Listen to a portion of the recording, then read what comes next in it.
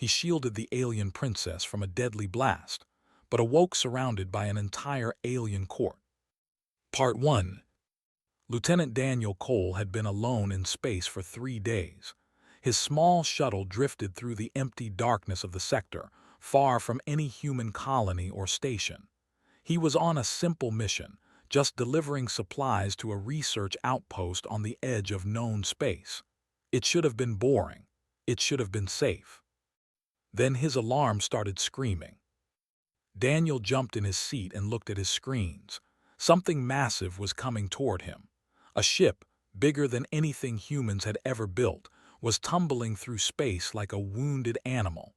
Fire and smoke poured from its hull. Pieces of metal broke off and spun away into the void. This was not a human ship. The design was completely alien. Curved lines and strange patterns covered its surface. It looked like something grown rather than built, like a shell or a bone rather than metal and wire. Daniel's hands moved across his controls without thinking. His training took over before his fear could catch up. He should have run. He should have called for help and stayed far away.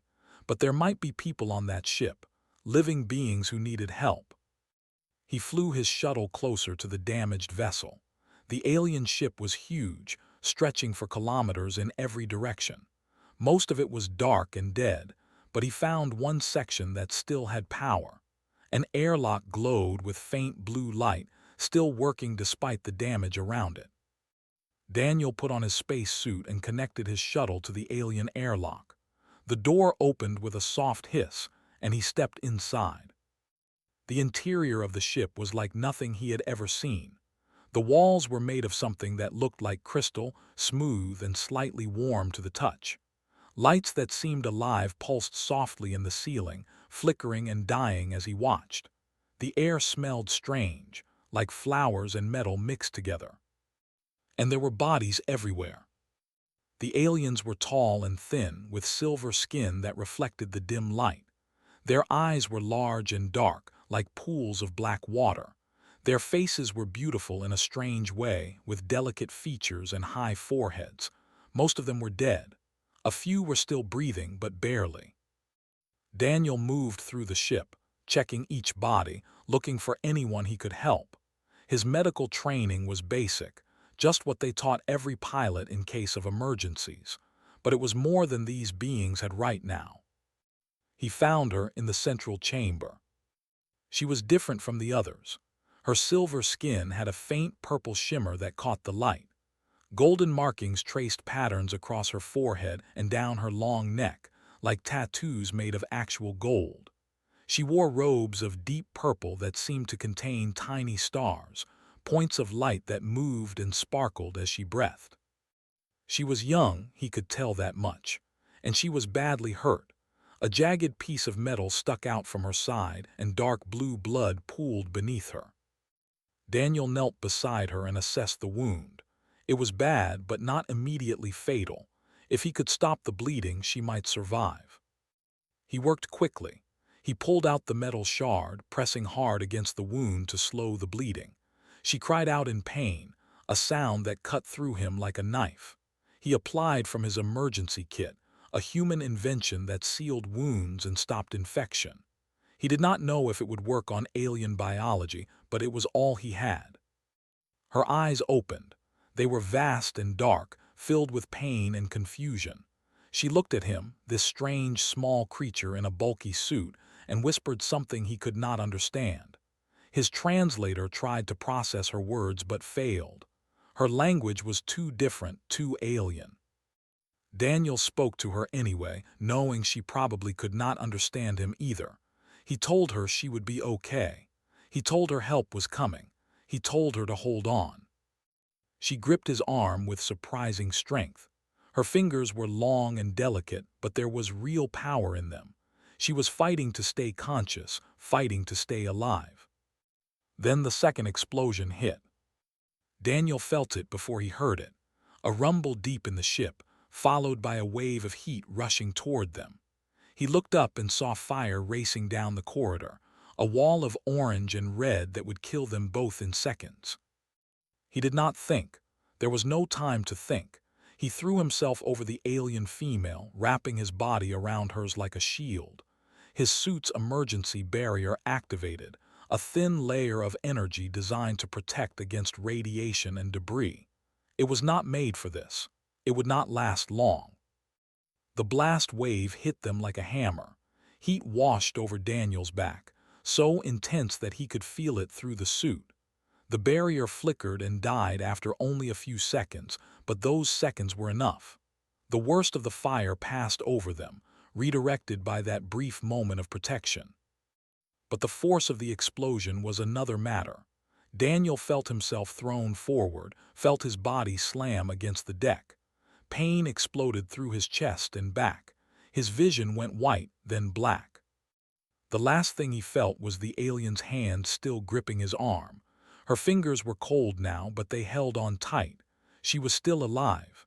He had saved her. Then everything went dark. Daniel floated in unconsciousness for what felt like forever. He dreamed strange dreams, visions of silver cities and purple skis. He saw faces he did not recognize, heard voices speaking words he could not understand. Sometimes he thought he felt gentle hands touching him, moving him, doing things to his broken body. Once he opened his eyes for just a moment. He saw a ceiling high above him, decorated with patterns that moved like living things. He saw figures standing around him, tall and silver and beautiful. One of them leaned close, and he recognized those galaxy-dark eyes. The female he had saved. She was alive. She was looking at him with an expression he could not read. Then the darkness took him again. When Daniel finally woke for real, he knew immediately that he was no longer on the damaged ship. The air was different. The sounds were different. Everything felt wrong and strange and impossible. He was lying on something soft that shaped itself to his body. Bandages made of glowing blue material covered his chest and arms. He was alive, which surprised him. He was not in pain, which surprised him more. He sat up slowly and looked around. The room was enormous, bigger than any room he had ever seen. The ceiling stretched up and up until it disappeared into shadow. The walls were covered with moving images, scenes of stars and planets and things he had no names for. Through tall windows, he could see a city of impossible beauty, towers that spiraled toward the sky and platforms that floated without any visible support. 3 moons hung in the sky outside. 3 moons that definitely did not belong to any world humans had ever visited. Daniel Cole, shuttle pilot and supply runner, was very far from home, and he had a feeling his life was about to get very complicated. He shielded the alien princess from a deadly blast, but awoke surrounded by an entire alien court. Part 2. Daniel tried to stand, but his legs would not cooperate. They felt weak and strange, like they belonged to someone else. He sat on the edge of the bed and tried to make sense of what he was seeing. The room was clearly meant for someone important. Everything in it looked expensive and carefully made. The furniture seemed to grow from the floor rather than sit on it. The lights came from nowhere and everywhere at once. Even the air felt rich, filled with scents he could not name. A door opened on the far side of the room. It made no sound, just slid apart like water flowing around a stone. They came in slowly, one after another, forming a line that stretched back into the hallway beyond. Tall silver beings in flowing robes of every color. Some carried staffs topped with glowing crystals. Others wore armor that looked like living metal. All of them watched Daniel with expressions he could not read. Guards took positions around the room, their weapons humming with contained energy. Advisors and officials clustered in groups, whispering to each other behind delicate fans that hid their mouths. The room filled with beings until Daniel felt very small and very alone. Then the crowd parted, and the most impressive figure yet entered. He was old, Daniel could tell that much. His silver skin had faded to a pale gray, and lines marked his face like cracks in ancient stone. But his eyes were sharp and clear, filled with an intelligence that made Daniel's skin prickle. Golden and silver markings covered every visible inch of his body, far more elaborate than anything Daniel had seen on the others. A crown floated above his head, not resting on it, actually floating, a circle of crystallized light that moved with him as he walked. His robes were white and gold, trailing behind him like a river of silk. This was a ruler, a king or an emperor or something even greater. Daniel knew it without being told. The old ruler did not walk to Daniel. Instead, he sat on a throne that drifted into the room on its own, carrying him to a position directly in front of the bed where Daniel sat. Their eyes met, human and alien, and for a long moment neither spoke. When the ruler finally broke the silence, Daniel was surprised to understand him perfectly. Someone had upgraded his translator while he slept. "So this is the creature that saved my daughter." Daughter, the word hit Daniel like a punch to the chest. The female he had found, the one with the purple shimmer and the golden markings, was this being's daughter. He had saved an alien princess without even knowing it. "I did not know who she was," Daniel said carefully. "I just saw someone who needed help." A murmur ran through the assembled crowd. Some of them seemed shocked that he could speak. Others looked at each other with expressions that might have been surprise or confusion. The ruler raised one hand and silence fell instantly. Every being in the room stopped moving, stopped breathing, stopped existing except as statues. "You are human," the ruler said. "It was not a question. We have heard of your kind, young, aggressive, expanding through space like a disease, claiming territories that do not belong to you."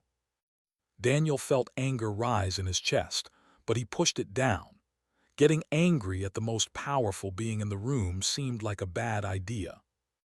"We are also curious," he said, "and sometimes we help people without asking what we will get in return. Is that so hard to believe?" Another murmur, louder this time. The ruler's expression shifted slightly. Was that surprise, interest? Daniel could not tell. "The explosion that nearly killed my daughter came from assassins," the ruler said. "They were hiding among her guards, waiting for the right moment to strike. They have not yet been found. And now a human, a stranger from a species we have never formally met, sits in my palace, having done what none of my own people could do." Daniel's heart beat faster. He was beginning to understand how dangerous his situation was. "I am not looking for trouble. Just point me to my shuttle and I will leave." "Your shuttle was destroyed in the explosion." The ruler's voice held no emotion.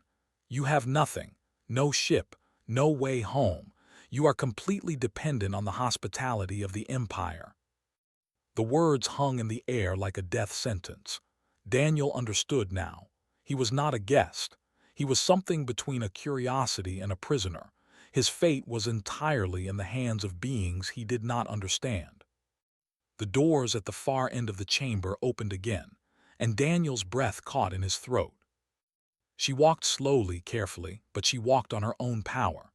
The female he had saved, the princess he had nearly died for, entered the room with her head held high. Her wound was apparently healed, far better and faster than his own injuries.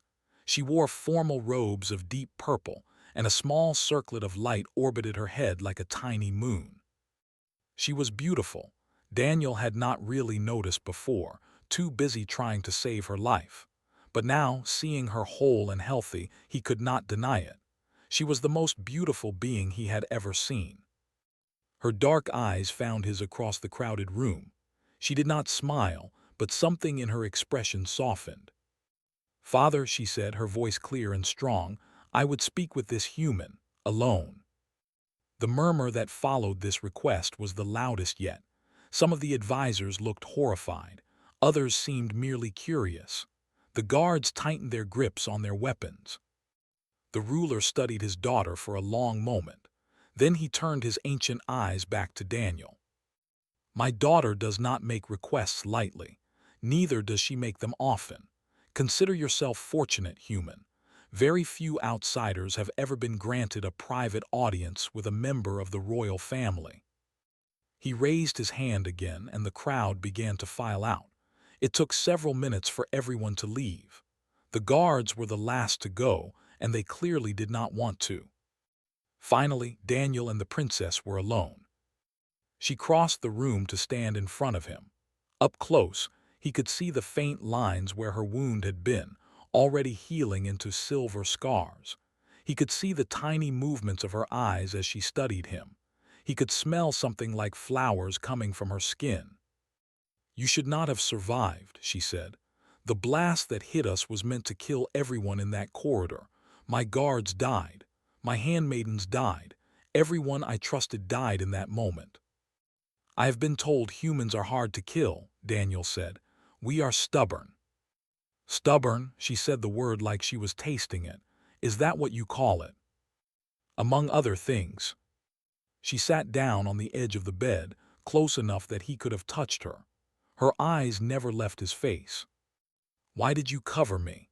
You did not know who I was. You did not know if I was worth saving. You simply acted." Daniel thought about the question. It deserved an honest answer. "Where I come from," he said slowly, "we have a saying. You do not leave people behind. It does not matter who they are. It does not matter what they have done. If someone is hurt and you can help, you help. Even if it costs your own life. Especially then, what is the point of living if you only ever look out for yourself?" The princess was silent for a long time. Then she did something unexpected. She laughed. It was a small sound, almost like music, but it transformed her face completely. She looked younger, softer, more real. "My teachers told me humans were primitive," she said. "They said you had barely left your own world before you started fighting wars with everyone you met." "That is true," Daniel admitted. "We are also the species that runs into burning buildings to save strangers. We are complicated." She laughed again, and Daniel felt something warm spread through his chest. He did not know what would happen next. He did not know if he would ever see Earth again. But in that moment, sitting in an alien palace with an alien princess laughing at his words, he felt something like hope. Maybe things would work out after all. He shielded the alien princess from a deadly blast, but awoke surrounded by an entire alien court. Part 3. The princess's name was. Daniel learned this as they walked together through a private garden that seemed to exist outside normal space. Plants from 100 different worlds grew in impossible patterns around a pool of water that glowed from within. The gravity felt strange here, lighter than normal, and the air smelled of 1,000 different flowers. "The assassins who attacked my ship were not common criminals," said as she walked ahead of him. "They were members of a faction within the Empire, a faction that believes my father has grown weak." Daniel followed her carefully, watching where he stepped. Some of the plants looked dangerous. "What do they want?" "War." She stopped beside the glowing pool and turned to face him. "Expansion. They believe the old ways of peace and patience have failed. They want to take what they want by force. And killing you helps them how?" "I am my father's only heir. Without me, the succession becomes a battle. The military leaders gain power in the chaos, and war becomes certain." She paused, her dark eyes reflecting the light from the pool. "Not just war within our empire, war with everyone else, including your people." Daniel felt cold despite the warm air. "How big is your empire exactly?" 1,247 star systems, about 3 trillion citizens. The numbers were too big to really understand. Humanity's entire population, spread across all its colonies and stations, barely reached 15 billion people. "If you go to war with us," Daniel said quietly, "we lose." "Yes, quickly and completely. Your species would be nearly destroyed within a single generation." His voice was calm, but her eyes showed something that might have been sadness. "Which is why the faction that wants war must not succeed, and why I find myself in a strange situation. I owe my life to a human." Daniel shook his head. "I am not sure what one human can do against conspiracies that span an empire." "You can do what you already did." She took a step closer to him. "The unexpected. My father's court is watching you now. The story of the human who shielded a princess with his own body is spreading through every communication network in the empire. You have become a symbol. A symbol of what?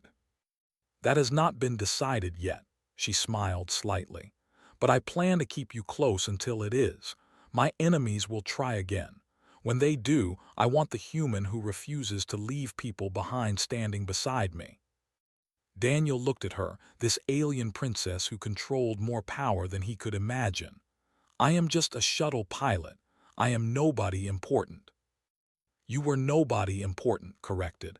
Now you are the human who saved Princess. Now you are the first of your kind to stand in the court of the Empire. Now you are a variable that nobody predicted. Her smile grew wider. In my experience, those are the most dangerous kind of people. Over the next few days, Daniel began to learn about his new world. Assigned tutors to teach him the language properly, without relying on translators. She gave him access to historical records so he could understand the empire's past.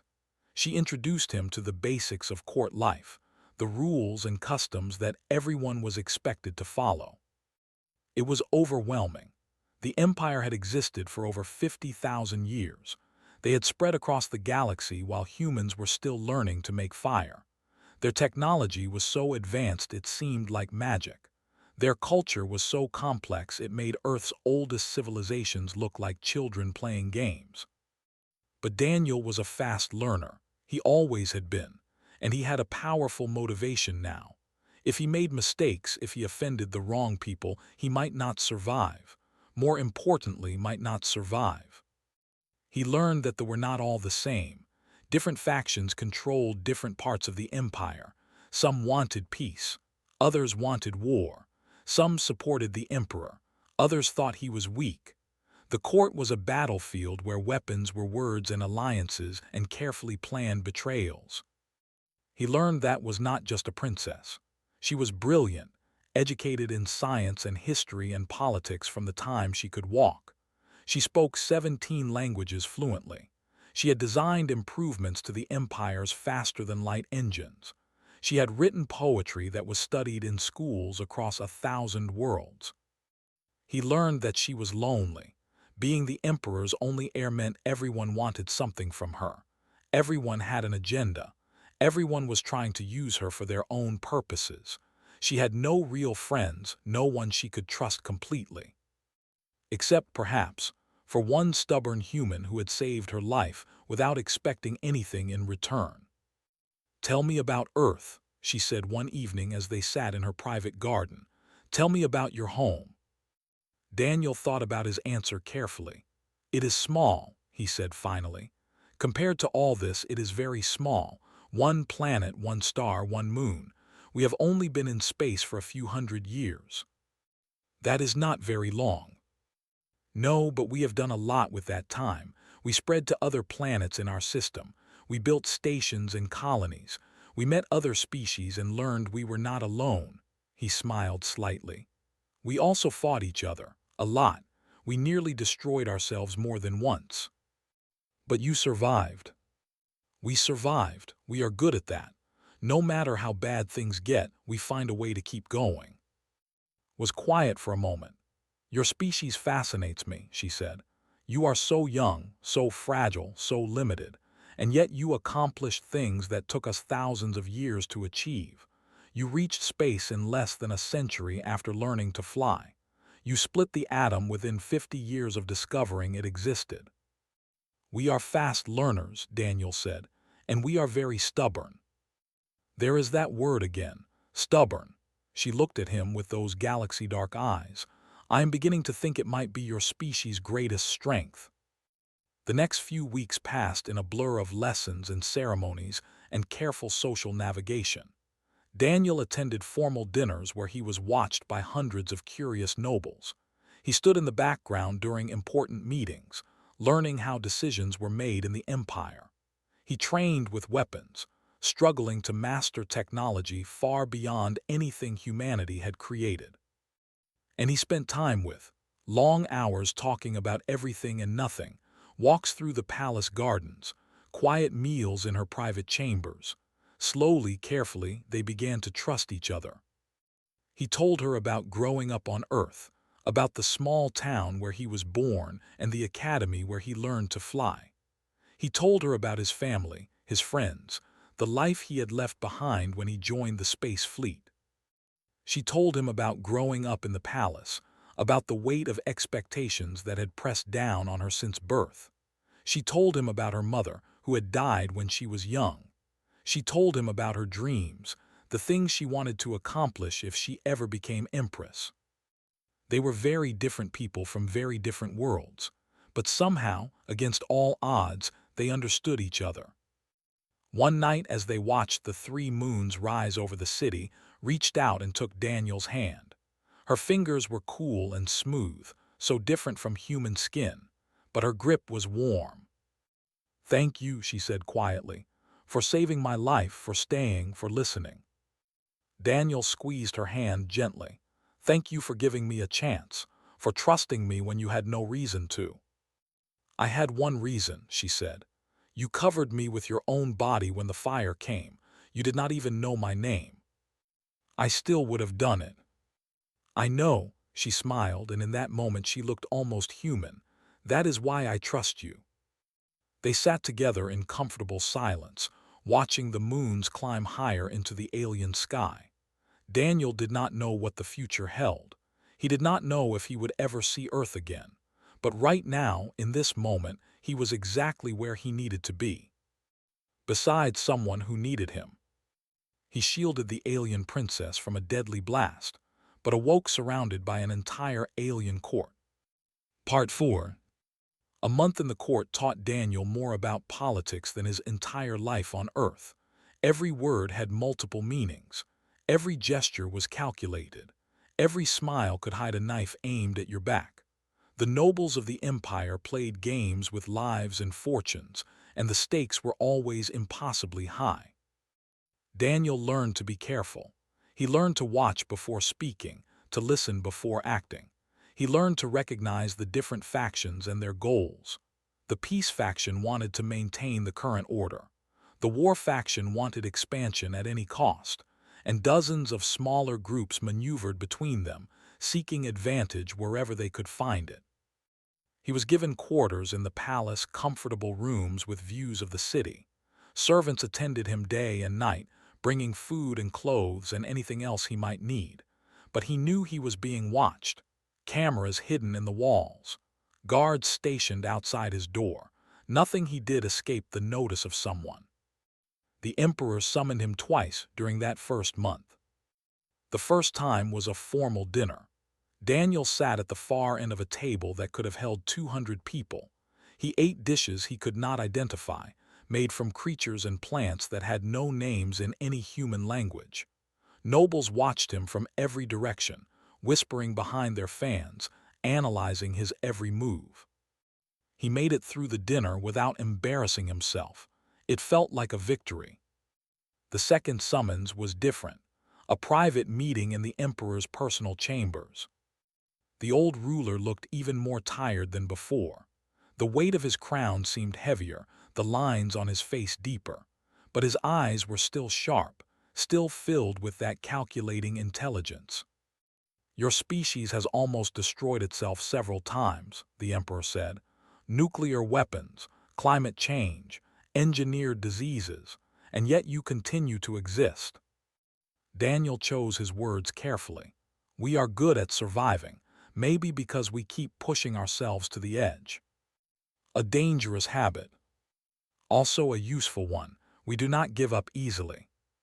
The emperor studied him for a long moment. "My daughter speaks highly of you. She believes you can be trusted. I hope I can live up to her faith in me." "See that you do." The emperor's voice hardened. The consequences of failure would be unpleasant for everyone. The assassination attempt came during the 5th week. Daniel was walking through a public gallery, a vast space filled with art from across the empire. Paintings that moved, sculptures that sang, holographic displays that showed scenes from history.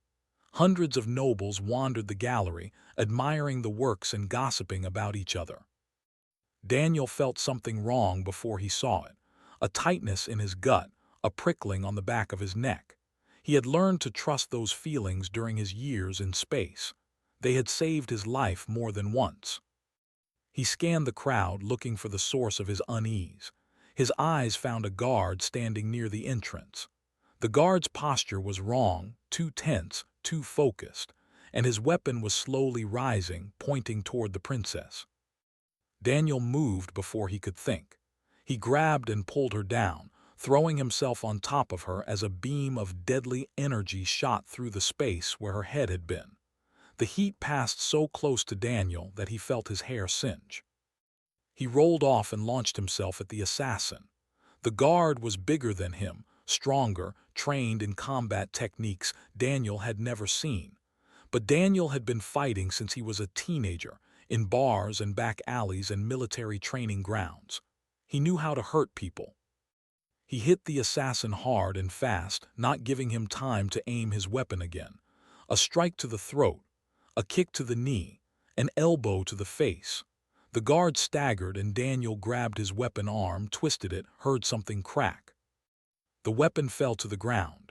Daniel kicked it away and drove the assassin down, pinning him with a chokehold that cut off blood to his brain. Within seconds, the guard was unconscious. Other guards swarmed in, too late to do anything but clean up. Nobles fled in every direction, screaming and pushing. The gallery descended into chaos. Rose from the ground, her robes dirty and her hair disheveled. But she was alive. Her eyes found Daniel across the confusion. "Twice now," she said, her voice steady despite everything. "Twice you have put yourself between me and death." Daniel was breathing hard, his hands still shaking with energy. "I told you, we do not leave people behind." "You are either the bravest person I have ever met," she said, "or the most foolish." "Probably both." She smiled then, a real smile that lit up her whole face. And Daniel felt something shift in his chest, something that had nothing to do with the fight. The assassin was taken away for questioning. He talked quickly, giving up names and locations and plans. Within days, 17 high-ranking members of the court were arrested, 3 generals, an admiral, nobles from ancient families, all of them part of the faction that wanted war. The conspiracy was not destroyed. It was too big, too deeply rooted for a single failure to end it. But it was badly wounded. The leaders who remained went into hiding, afraid to act openly. The threat of immediate conflict faded.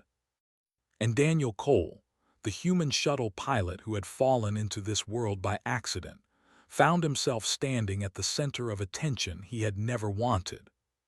The Emperor summoned him to the Great Hall, the same chamber where Daniel had first awakened, surrounded by the entire court. Once again, thousands of nobles filled the space. Once again, all eyes watched the small human standing alone. But this time, Daniel was not afraid. The Emperor spoke, his voice carrying to every corner of the vast room. "This human came to us by chance. He had no obligation to help us. No treaties bound him. No orders commanded him. He simply saw someone who needed help and he acted." Daniel stood straight and still, feeling the weight of history pressing down on him. "In doing so, he saved my daughter twice. He exposed traitors who had hidden among us for generations, and he showed us something about his species that we did not expect to see." The Emperor descended from his throne. The crowd gasped at this break with tradition. The old ruler crossed the floor and stopped directly in front of Daniel. "The Empire has never granted citizenship to a non. Today that changes." The Emperor's voice rang through the chamber. "Daniel Cole, you are hereby named Imperial Guardian.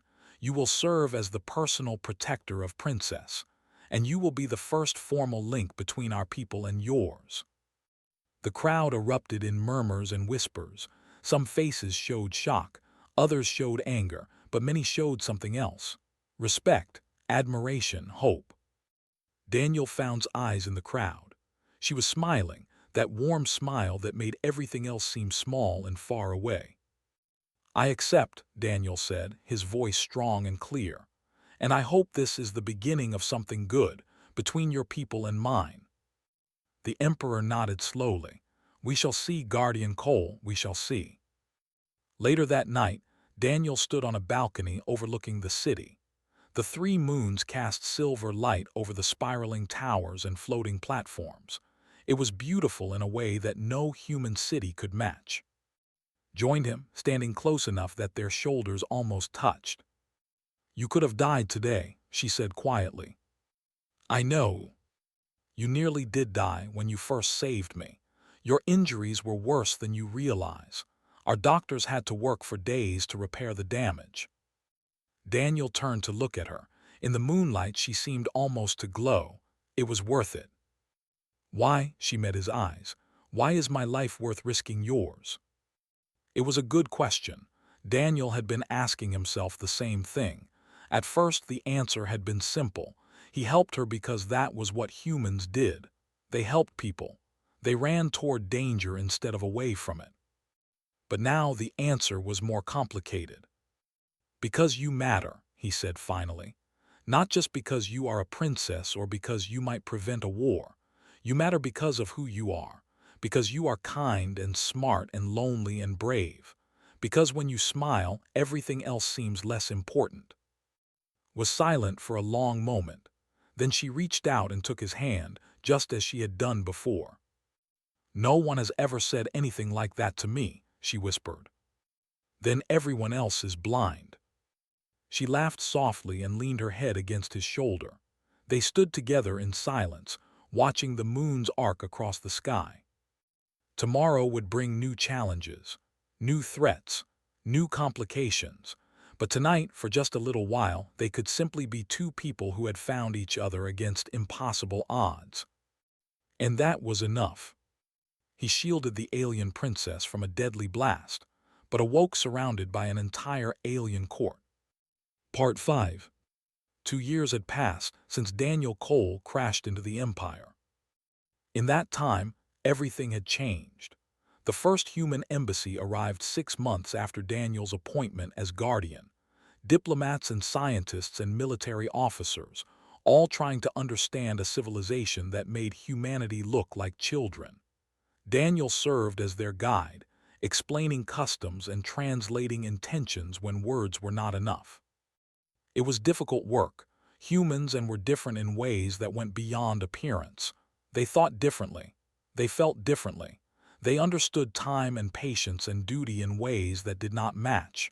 Mistakes happened constantly. Tensions flared regularly. But they also found things in common.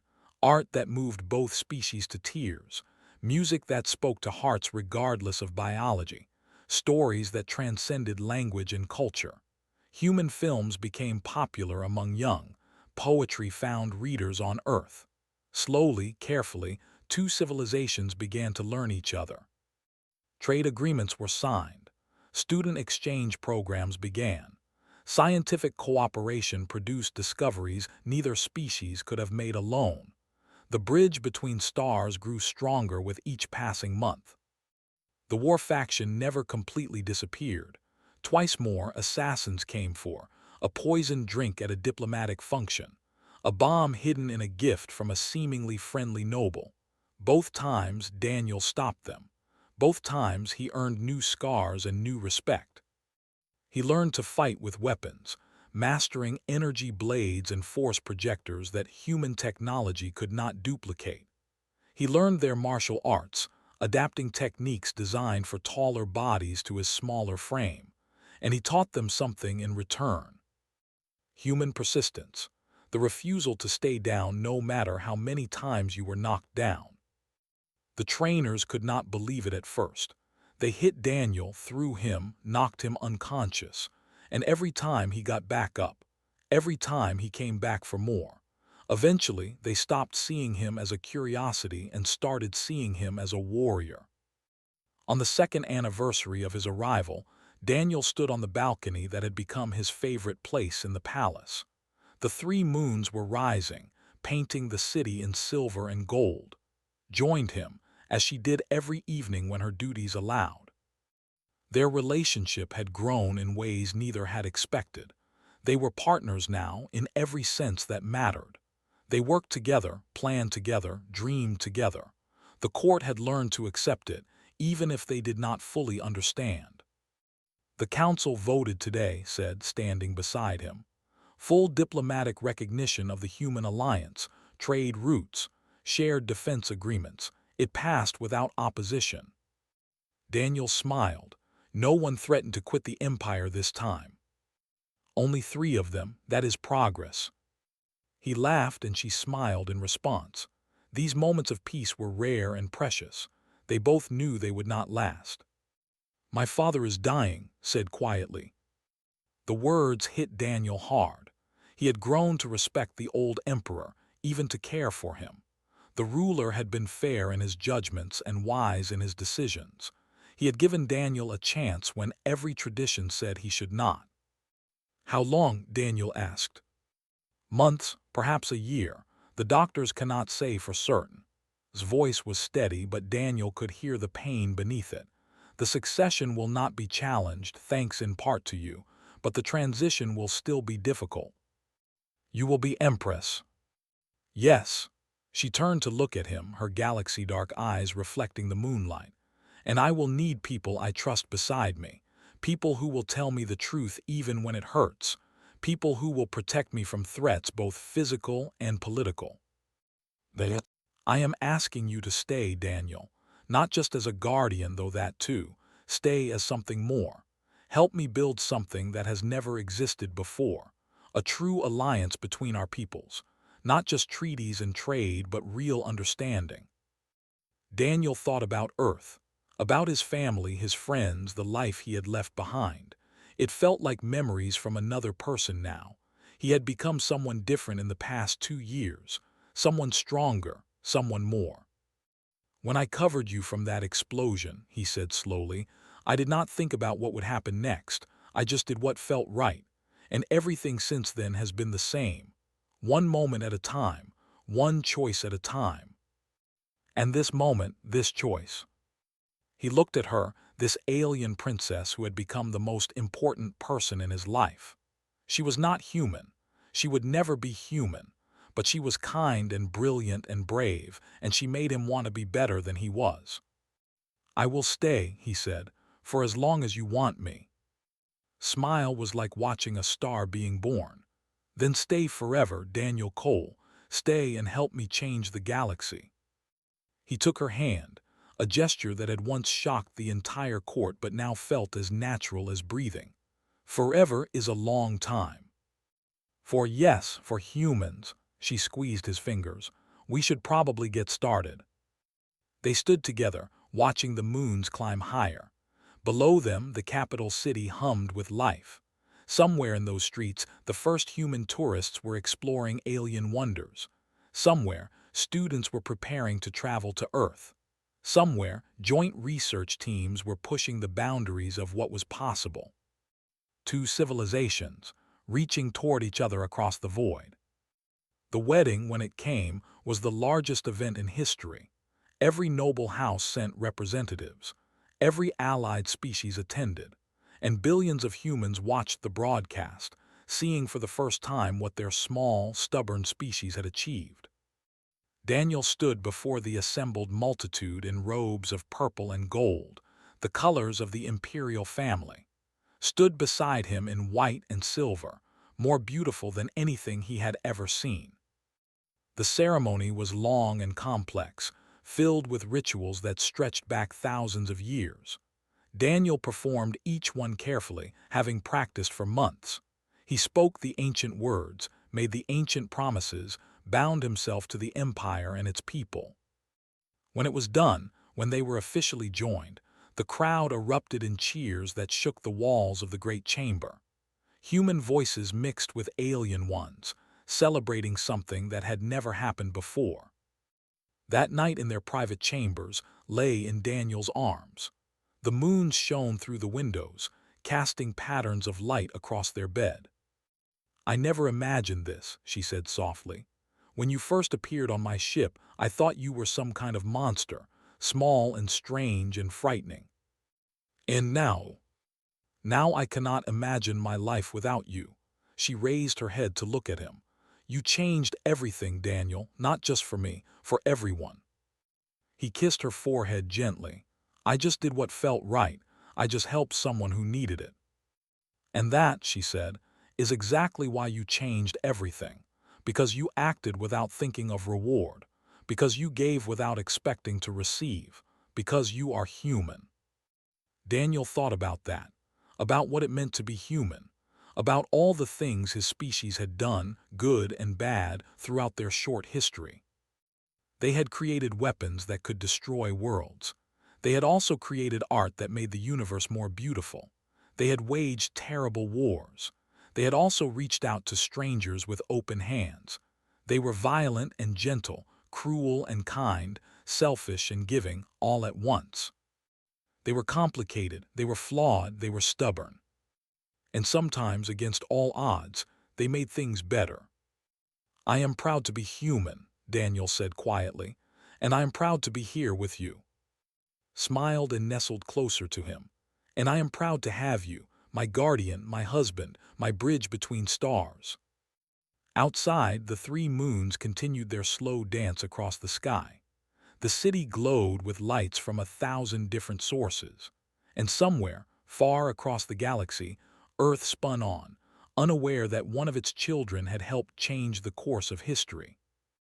It had started with a single act of courage, a human throwing himself over a stranger to protect her from a blast, and it had grown into something beautiful, something that would last for centuries. A bridge between stars, built one act of kindness at a time. The end.